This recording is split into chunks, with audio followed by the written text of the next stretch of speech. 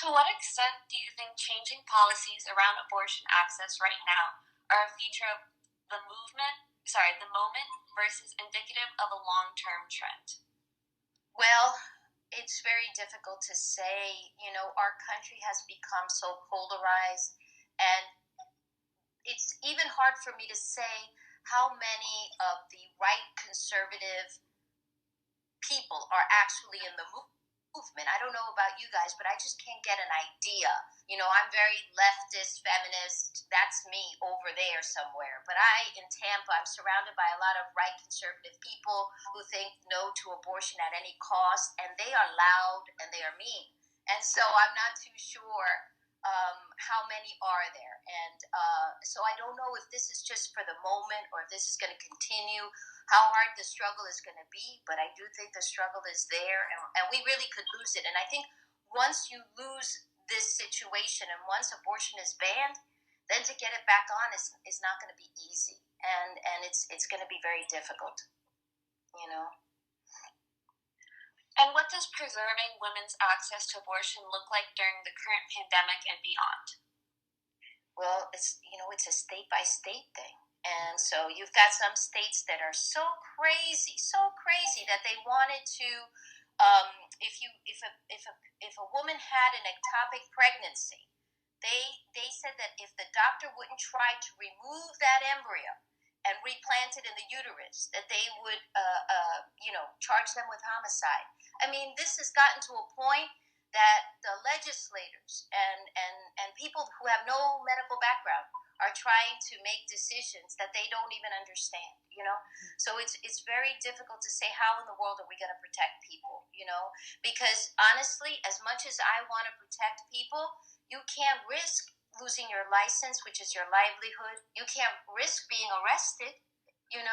So I'm not sure how this is going to go. We're going to have to really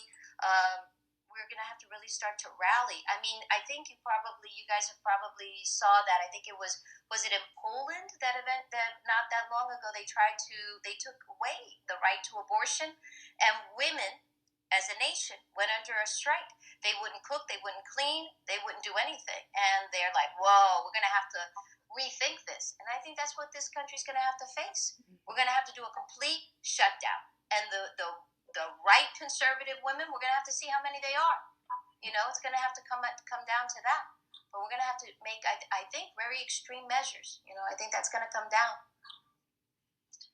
And what are some of the things that your company is doing within the community, both in terms of service and advocacy, if any at all?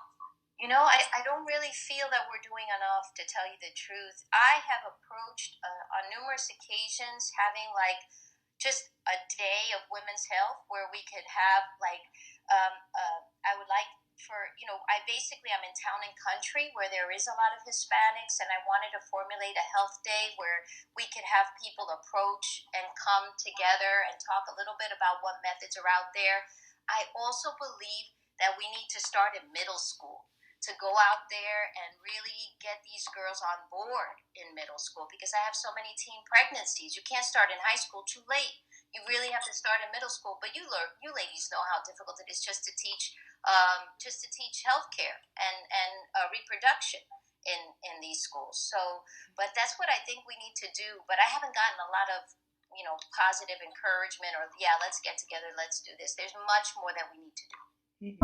Dr. Claudia Valencia is a doctor currently located in Hidalgo, Mexico. Previously, she has worked delivering reproductive health care to isolated and indigenous communities. Today, she shares with us her views on how Mexico perceives reproductive rights.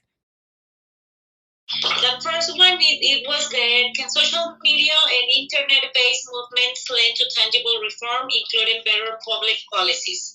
So what I think is that internet-based movements work by gathering people who think alike and have the same issues or search the same solutions.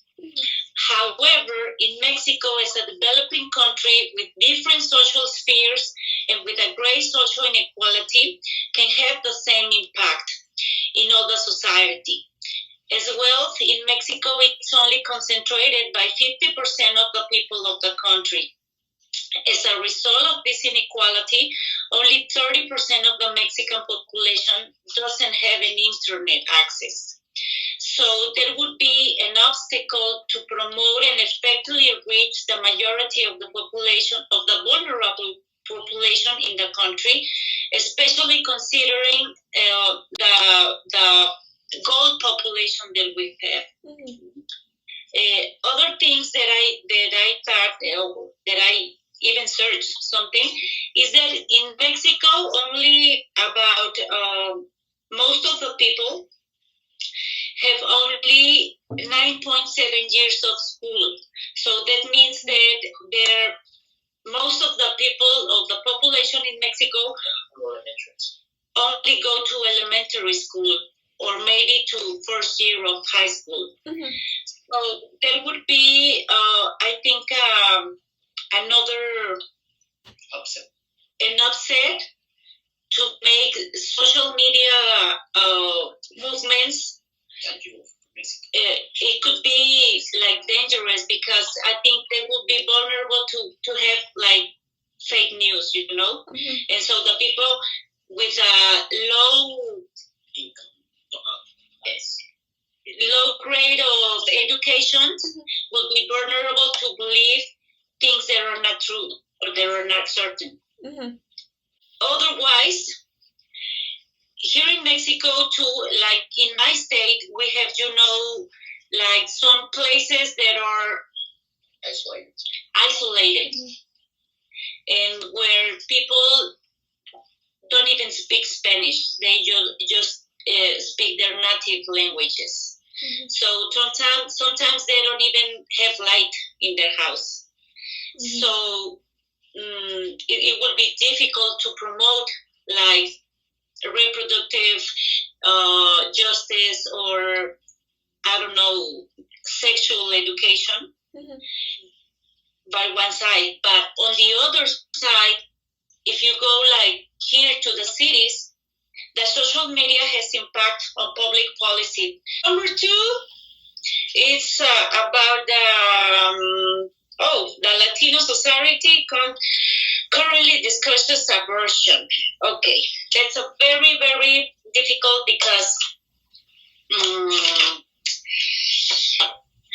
I don't really see a progress on the abortion discussions. Well, it's like something polarizado, Polarizing. Yeah, polarized, because here in my state where I live in Hidalgo, abortion is accepted by the law only if the baby, if the pregnancy put in danger the woman's life, or if it's a product of rapeness or abuso sexual or sexual abuse. Those are the only two ways that a woman can have a legal abortion here. But even though that it's in the law, it's not social accepted. Latinas are disproportionately affected by health inequities, and more attention needs to be drawn to this matter. Organizations like the National Latina Institute for Reproductive Justice work every day to remove the health disparities that surround this community. By conducting these interviews, we gained valuable knowledge on the hardships Latinas face in reproductive health care. Addressing these adversities will help progress the reproductive movement forward and provide a new framework of healthcare where all people are treated equally.